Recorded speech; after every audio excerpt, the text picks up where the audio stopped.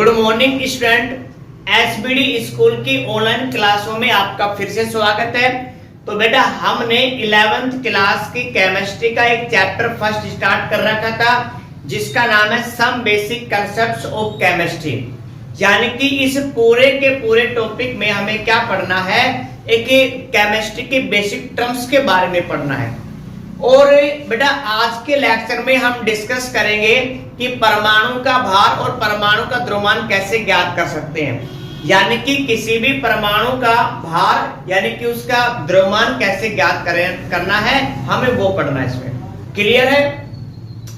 सबसे पहले अगर हम बात करें कि किसी भी वस्तु का भार कैसे निकालते हैं या कैसे ज्ञात करते हैं, जैसे एग्जाम्पल के लिए आप मार्केट में गए और मार्केट में जाकर आपने 1 किलो आलू मांगे तो कैसे मिलेंगे आपको आलू। वही इसमें क्या करता है, जो भी इसमें दुकानदार होता है वो एक तरफ 1 केजी का बट्टा रखेगा और उसके बराबर में आलू रखना स्टार्ट कर देगा। अब दोनों का भार जब बराबर हो जाएगा तो उस समय आलूओं का भार कितना हो जाएगा, 1 केजी। ऐसे ही करके देता है। लेकिन ध्यान रखना, क्या आलूओं का आपने फिक्स भार निकाला? क्या नहीं, आपने क्या किया है, रिलेटिव मास निकाला है। यानी कि हमने कहा कि ये 1 किलो का बाट है तो इसके बराबर जितने भी आलू आएंगे वो कितने के होंगे, 1 केजी के। क्लियर है। इसी तरह अगर हम बात करें कि आपके वेट की, जैसे 45 केजी है आपका वेट, इसमें तो 45 कैसे आएगा, आपने एक तरफ क्या किया, 45 केजी के बाट रखे और आपको क्या करा, आपने तुलना स्टार्ट की इसमें। तो दोनों का जब बराबर भार होगा तो हम कहेंगे कि इसके भार के बराबर आपका भार है। ये 45 केजी के बाट है तो आपका भार भी कितना है, 45 केजी है। यानी कि दुनिया में जितना भी मास निकाला जाता है, किसी भी वस्तु का भार निकाला जाता है, वो रिलेटिव भार होता है। ध्यान रखना, फिक्स नहीं होता है, एक रिलेट करके निकालते हैं। ध्यान रखना इसमें। अब इसी तरह हमें किसका भार निकालना है, परमाणु का निकालना है। भाई परमाणु का भी कैसे निकालेंगे, तो परमाणु को भी क्या करेंगे, किसी एक तत्व का भार ले लेंगे और इसकी तुलना में किसी दूसरे तत्व का भार कितना गुना ज्यादा है, कितना गुना कम है, ये ज्ञात कर सकते हैं। मतलब एक तत्व का भार ज्ञात करना है और फिर हमें उसके रिलेट में हमें क्या करना है, दूसरे तत्वों का भार ज्ञात करना है। क्लियर है यहां तक सभी को। अब यहां से क्वेश्चन ये बनता है कि सर किस तत्वों के भार को बेस माने। तो यहां पे एक मैं आपको एग्जांपल से समझाता हूं। जैसे अगर आपकी क्लास का मॉनिटर चुनना है, यानी कि किसी भी स्टूडेंट को आपके क्लास का मॉनिटर बनाना है, तो उसमें क्या क्या कंडीशंस होने चाहिए। पहला देखो, पहले बात ये कि जो व्यक्ति या जो भी स्टूडेंट अगर मॉनिटर बनेगा तो उसकी पहली कंडीशन क्या है कि वो स्टूडेंट डेली स्कूल आना चाहिए। मतलब पता चला कि जिस स्टूडेंट को आपने मॉनिटर बनाया है वो ही नहीं आता है, तो क्या ये सही तरीका है? क्या नहीं है। मतलब एक ऐसे स्टूडेंट को आपको क्या बनाना है, मॉनिटर बनाना है, जो क्या करेगा, कंटिन्यू यानी कि डेली स्कूल आएगा। इसी तरह हमें किसी एटम के भार को भी क्या करना है, रिलेटिव करना है। तो हमें उस एटम को चुनना पड़ेगा, हमें उस परमाणु को चुनना पड़ेगा जिसकी मात्रा ज्यादा है या उपस्थिति क्या है, ज्यादा है। क्लियर है। तो यहाँ पे अगर हम बात करें कि हमें एक ऐसे तत्व लेना पड़ेगा, ऐसा परमाणु लेना पड़ेगा जिसका खुद की अबंडेंस यानी कि जो उपस्थिति की मात्रा वो कैसी होनी चाहिए, अधिकता होनी चाहिए। दूसरी बात, अगर आपने जिस स्टूडेंट को मॉनिटर बनाया है अगर वो ज्यादा शरारती है, अगर ज्यादा शरारती है तो क्या वो क्लास को चुप कर पाएगा? क्या भाई नहीं कर पाएगा, क्योंकि जब वो खुद ही शरारत करेगा तो दूसरों को क्या चुप करेगा। इसका मतलब हमें एक ऐसा तत्व नहीं लेना है जो ज्यादा रिएक्टिव है। रिएक्टिव का मतलब वो दूसरे से ही क्रिया कर लेगा, तो हम कैसे बाहर निकालेंगे। मतलब हमें ऐसा तत्व नहीं लेना है कि उसका वो खुद ज्यादा क्या हो, किसी दूसरे से रिएक्टिव करता है इसमें। नेक्स्ट, अगर ऐसे स्टूडेंट को मॉनिटर बना दिया जाए जो चुपचाप बैठता हो, किसी से बोल नहीं सकता, मतलब बोलता नहीं है, क्या ये भी सही है? क्या भाई नहीं है। जब वो किसी से बोलेगा ही नहीं तो क्लास को कैसे चुप करेगा।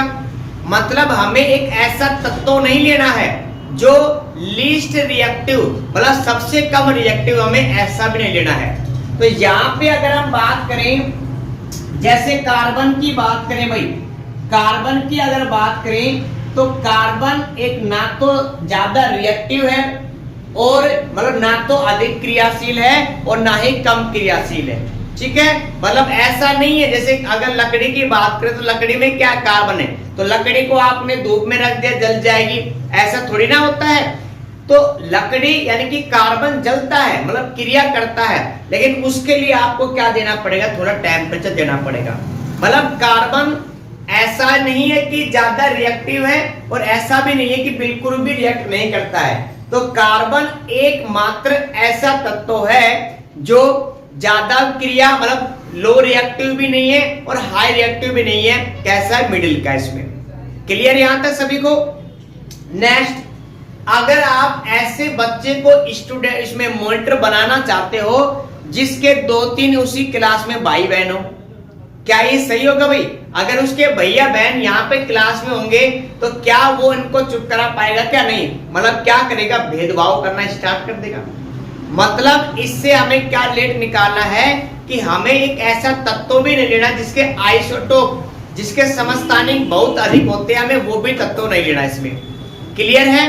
अगर हम कार्बन की बात करें तो कार्बन के समस्थानिक कितने होते हैं? 3 समस्थानिक होते हैं। कौन कौन से होते हैं भाई? कार्बन 6s12, कार्बन 630 में, कार्बन 614। अगर हम बात करें तो कार्बन 12, कार्बन 13, कार्बन 14, ये क्या है, समस्थानिक का ध्यान रखना।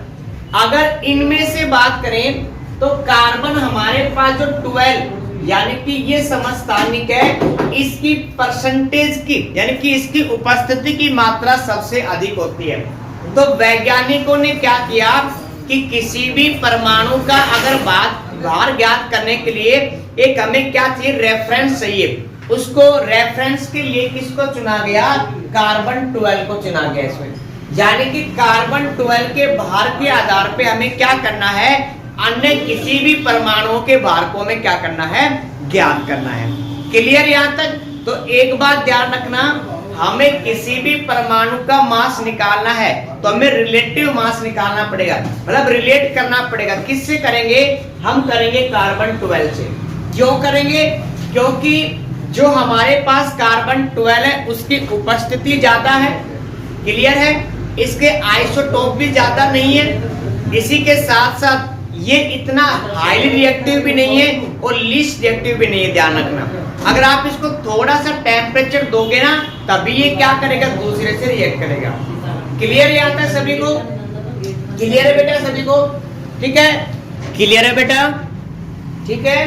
तो ध्यान रखना कि कार्बन 12 को ही इन्होंने बेस क्यों माना है, ये इसके कुछ रीजन थे। ठीक है। अब वैज्ञानिकों ने क्या माना? वैज्ञानिकों ने माना कि कार्बन 6 से 12, ठीक है, यानी कि कार्बन 12 का जो परमाणु भार है, कार्बन 12 का परमाणु भार ये कितना माना? ये माना 12 AMU। सुनना ध्यान से, ये सिर्फ एक माना गया है, एज्यूम किया इसमें कि जो कार्बन 12 है ना, इसका परमाणु भार कितना होता है, 12 AMU। तो यहाँ पे कार्बन 12 का परमाणु भार 12 AMU है। तो अगर हम बात करें कि 1 AMU क्या होगा, तो यहाँ पे आ जाएगा 12, कहां पे आएगा, नीचे आएगा, तो ये आ जाएगा कार्बन 12 का परमाणु भार, कार्बन 12 का परमाणु भार और अपोन में क्या आ जाएगा, 12 आ जाएगा। सबसे पहले हमारे पास AMU क्या है? AMU हमारे पास परमाणु का भार मापने की क्या होती है, इकाई होती है। A का मतलब होता है एटॉमिक यानी कि परमाणु, M का मतलब होता है मास और U का मतलब क्या होता है, यूनिट होती है। तो हम किसी भी परमाणु के भार को AMU में भी मापते हैं, ध्यान रखना। क्लियर है। तो यहां पे हमारे पास क्या है कि एक, सुना ध्यान से भाई, हमारे पास जो कार्बन परमाणु है वो कितना है, एक। अगर केवल आप एक ही कार्बन परमाणु के भार की बात करोगे तो उसका परमाणु भार कितना होता है, 12 AMU। कितना होता है, 12 AMU होता है। तो 1 AMU बराबर कितना हो जाएगा, ये 12 नीचे चला जाएगा, तो ये आ गया कि कार्बन का परमाणु भार अपॉन 12। यानी कि अगर हमें एक कार्बन परमाणु का भार मिल जाए और उसकी वैल्यू यहाँ पे पुटअप कर दे तो हमारे पास किसकी वैल्यू आ जाएगी, 1 AMU की वैल्यू आ जाएगी। क्लियर है। तो यहाँ पे हमें क्या करना है, अब कार्बन यानी कि एक कार्बन परमाणु का भार हमें क्या करना है, ज्ञात करना है इसमें। अब नेक्स्ट हमारे पास है कि कार्बन का परमाणु भार, कार्बन का परमाणु भार। तो कार्बन का जो परमाणु भार होता है वो है 12 ग्राम पर मोल। सुना ध्यान से, 12 ग्राम पर मोल। मतलब हमारे पास जो एक मोल है ना, एक मोल, अब ये मोल क्या होते हैं, तो इससे पहले वाले लेक्चर में बताया था कि हमारे पास एक मोल में भाई, एक मोल में कितनी संख्या होती है, कितने कण होते हैं, हमारे पास एक मोल में कण होते हैं 6, कितने होते हैं भाई, 6.023 इंटू 10 की पावर 23 होते हैं। और इसको हम क्या कहते हैं, आवोगैड्रो संख्या भी कहते हैं। तो हमारे पास कार्बन का परमाणु भार कितना होता है भाई, 12 ग्राम पर मोल होता है। तो ये 12 ग्राम पर मोल मतलब कितने परमाणुओं का भार है, ये एक मोल का ध्यान रखना। अगर एक परमाणु के भार की बात करें तो हम कहेंगे 12 AMU। अगर कहे एक मोल परमाणु की बात करें कार्बन की, उसके भार की बात करें तो वो कितना होगा, 12 ग्राम। ध्यान रखना, पर मोल, पर मोल का मतलब एक मोल कार्बन परमाणुओं का परमाणु भार कितना है, 12 ग्राम है। तो हम इसको ऐसे भी तो लिख सकते हैं कि एक मोल कार्बन परमाणु, एक मोल कार्बन परमाणु का भार कितना होगा भाई, 12 ग्राम होगा। क्लियर है भाई। देखो यहाँ पे कितना है, जब 12 ग्राम पर मोल मतलब एक मोल का कितना, 12 ग्राम इसमें। अब हमारे पास एक मोल में कितने कण होते हैं भाई, एक मोल में कण होते हैं 6.023 इंटू 10 की पावर 23। इतने हमारे पास कार्बन परमाणु है, तो इन कार्बन परमाणु का भार कितना होगा भाई, 12 ग्राम होगा। भाई एक मोल की हमने वैल्यू तो पिटअप की है इसमें। अब ये तो कितने कणों का परमाणु भार है, ये 6.023 इंटू 10 की पावर 23, यानी कि एक मोल कार्बन परमाणुओं का भार है। लेकिन हमें चाहिए कितने का, एक का चाहिए। इसमें कैसे करेंगे भाई, तो यहां पे हम लिखेंगे कि एक कार्बन परमाणु का भार। तो भाई एक कार्बन परमाणु का भार कितना होगा, ये किस में चला जाएगा, डिवाइड में चला जाएगा ना यहां से। तो ये हो जाएगा 12 अपॉन 6.023 इंटू 10 की पावर 23 इसमें। क्लियर यहां तक। इसमें भाई इस संख्या को क्या कहते हैं, आवोगाद्रो संख्या कहते हैं। और इसको हम किससे रिप्रेजेंट करते हैं, Na से रिप्रेजेंट करते हैं। तो क्या हम इसकी जगह क्या लिख सकते हैं, Na लिख सकते हैं। तो इसकी जगह Na लिखेंगे तो ये हो जाएगा 12 अपॉन क्या हो जाएगा, Na हो जाएगा। क्लियर यहां तक सभी को। अब यहां पे स्मॉल m है इसमें, ठीक है, स्मॉल a। नेक्स्ट हमारे पास में अब हम बात करते हैं, इसकी वैल्यू पुटअप करेंगे एक कार्बन परमाणु का भार। तो हमारे पास यहाँ पे क्या आया था कि एक AMU बराबर एक कार्बन परमाणु का भार। तो एक कार्बन परमाणु का भार कितना है, 12/Na आया है।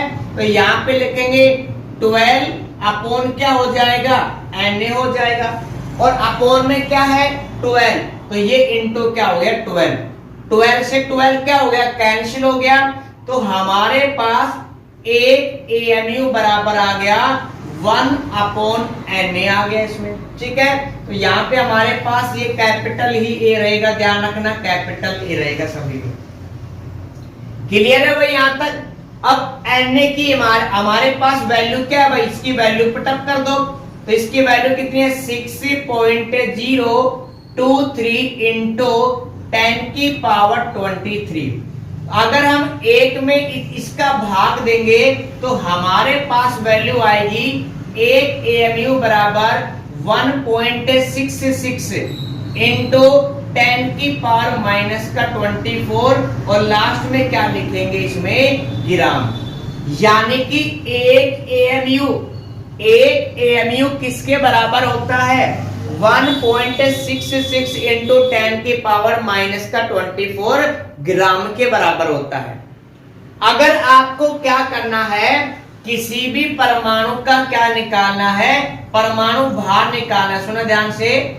अगर आपको किसी भी परमाणु का परमाणु भार ज्ञात करना है और किस में ज्ञात करना है AMU में ज्ञात करना है भाई, किस में ज्ञात करना है AMU में ज्ञात करना है, तो इसका फॉर्मूला हो जाएगा बेटा कि दिए गए परमाणु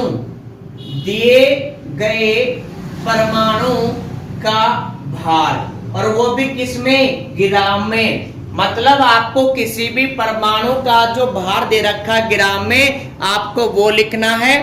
क्लियर है, आपको वो भार लिखना है और उसके बाद आपको क्या करना है, इस रेफरेंस का नंबर भाग देना है। यानी कि 1.66 इंटू 10⁻24 क्या है इसमें फॉर्मूला ग्राम। ठीक है, और ये क्या है था हमारे पास ग्राम पर मोल आया, इसमें ग्राम पर AMU, इसमें AMU।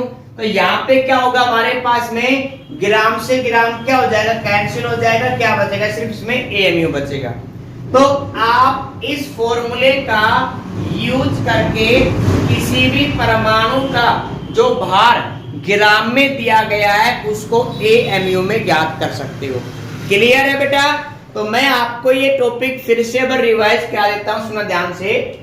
अगर हमें किसी भी वस्तु का भार ज्ञात करते हैं हम, तो हमें क्या करना पड़ता है कि उसके तुलना करनी पड़ती है उसके भार की। मतलब भार को किस में निकालते हैं, रिलेटिव भार में निकालते हैं, किसी की तुलना करके निकालते हैं। इसी तरह हमें किसी भी परमाणु का भार निकालना है तो हमें क्या करनी पड़ेगी, किसी दूसरे परमाणु के भार से तुलना करनी पड़ेगी। ठीक है, तो उसके आधार पे बताना है कि ये इतना ज्यादा है इतना कम है इसमें। क्लियर है। अब यहां से क्वेश्चन ये बनता है कि सर किस परमाणु को हम बेस माने, तो हमें उस परमाणु को बेस मानना है कि जिसकी उपस्थिति ज्यादा हो, जिसके बाद इसी के साथ साथ कम क्रियाशील, मतलब बीच का क्रियाशील हो, ना तो अधिक क्रियाशील हो ना ही ज्यादा कम क्रियाशील हो। इसी के साथ साथ उसके आइसोटोप कैसे हो, कम हो। तो यहाँ पे एक ऐसा तत्व कार्बन है, ऐसा तत्व कार्बन है जो इन सभी कंडीशंस को पूरा करता है। इसलिए कार्बन 12 को क्या माना गया है, आधार माना गया है, और उसके आधार पर किसी दूसरे परमाणु का क्या निकालना है, परमाणु भार ज्ञात करना है। फिर ये वैज्ञानिकों ने माना कि हमारे पास कार्बन 12 का परमाणु भार कितना है, 12 AMU। ये माना गया है, ध्यान रखना कितना है, 12 AMU है। तो एक का कितना होगा, तो 1 AMU बराबर क्या हो जाएगा, कार्बन का परमाणु भार अपॉन 12। अब हमें एक कार्बन का परमाणु भार अगर मालूम है तो हम इसकी वैल्यू पुटअप कर देंगे, तो हमारे पास किसकी वैल्यू आ जाएगी, 1 AMU की वैल्यू आ जाएगी। अब हमने यहाँ पे देखा कि एक कार्बन परमाणु का भार, ठीक है, मतलब कार्बन परमाणु का भार कितना होता है, 12 ग्राम पर मोल। अब पर मोल का मतलब क्या है बेटा, कि ये 1 मोल परमाणुओं का भार है, 1 मोल परमाणुओं का भार है। तो हमें कितने का इसमें बस दे रखा है कि 1 मोल कार्बन परमाणु का भार कितना है, 12 ग्राम है। हमें तो कितने का चाहिए, 1 का ही परमाणु भार चाहिए। तो हमारे पास 1 मोल कार्बन परमाणु का भार कितना हो जाएगा? तो यहाँ पे ये 1 मोल में जो संख्या वो कहां पे आ जाएगी? नीचे आ जाएगी। इस संख्या को क्या कहते हैं? अवोगाद्रो संख्या कहते हैं, जिसको किससे रिप्रेजेंट करते हैं? Na से रिप्रेजेंट करते हैं। फिर यहां पे आपने क्या किया?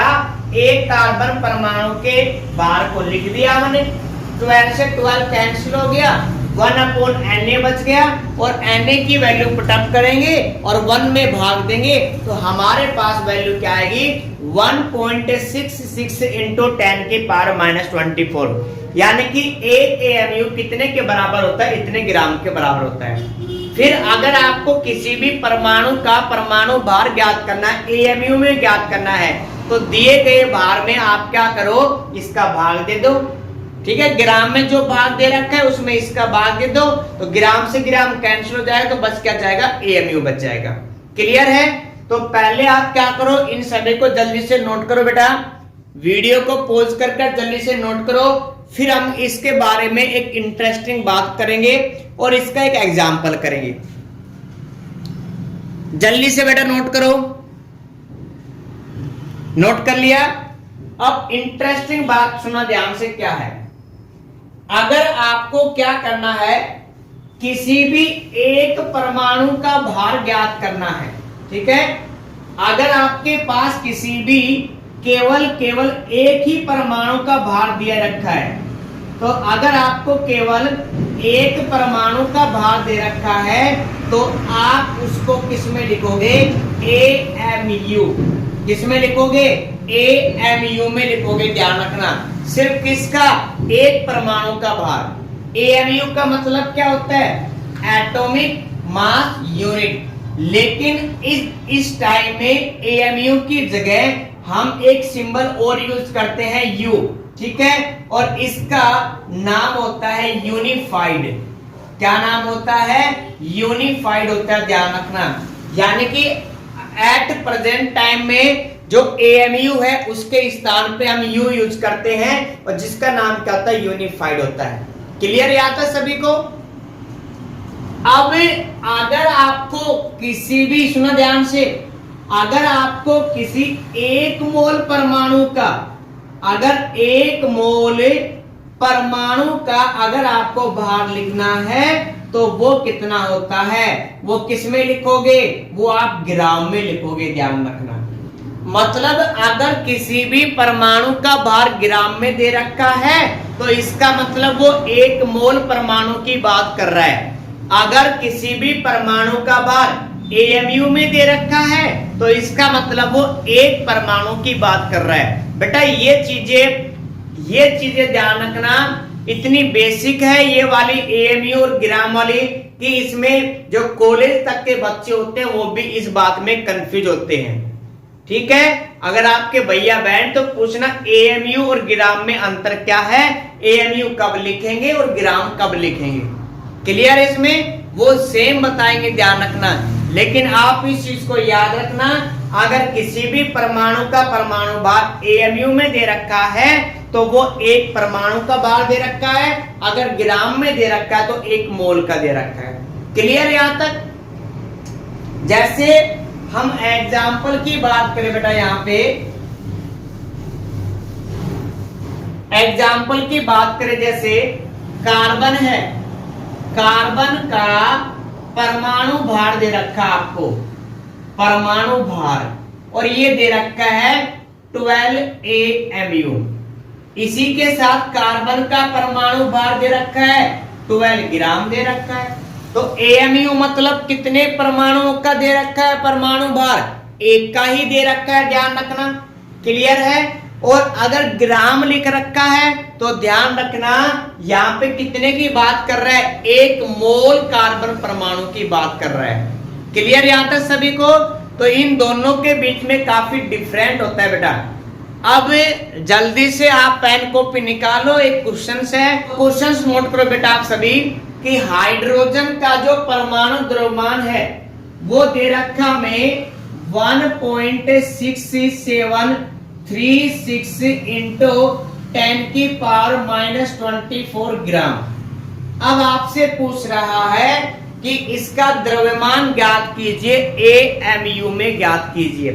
तो किसी भी पदार्थ का द्रव्यमान अगर आपको AMU में ज्ञात करना है तो उसका फॉर्मूला क्या होगा बेटा, कि परमाणु भार किसमें ज्ञात करना है, AMU में। तो फॉर्मूला होता है कि दिए गए परमाणु का परमाणु भार लिखना है और वो भी ग्राम में लिखना है। कितना दे रखा है, 1.6736 इंटू 10 की पावर माइनस का ये 24 है, 24 और ये ग्राम है। क्लियर है। इसी तरह रेफरेंस का भाग देना है 1.66 इंटू 10 की पावर माइनस 24 ग्राम पर मोल। ग्राम से ग्राम क्या हो गया, कैंसिल हो गया। ये 10 की पावर माइनस 24 से 24 कैंसिल हो गया। अगर इसमें आप डिवाइड करोगे तो ये जाएगा 1.008 और यहाँ पे क्या निकल के आएगा, AMU। AMU का मतलब आपको किसका दे रखा है, एक कार्बन परमाणु का भार दे रखा है। तो हाइड्रोजन का परमाणु भार, सुनो ध्यान से, हाइड्रोजन का परमाणु भार है 1.008 AMU। तो ये तो एक हाइड्रोजन का दे रखा है। अगर आपको दे रखा है 1.008 ग्राम तो आपको कितने का दे रखा है, एक मोल का दे रखा है। और लास्ट में यहाँ पे क्या आएगा, ग्राम पर मोल। इसमें क्लियर, इसमें तो ये हमारे पास बेटा आज का टॉपिक था परमाणु भार, परमाणु द्रव्यमान।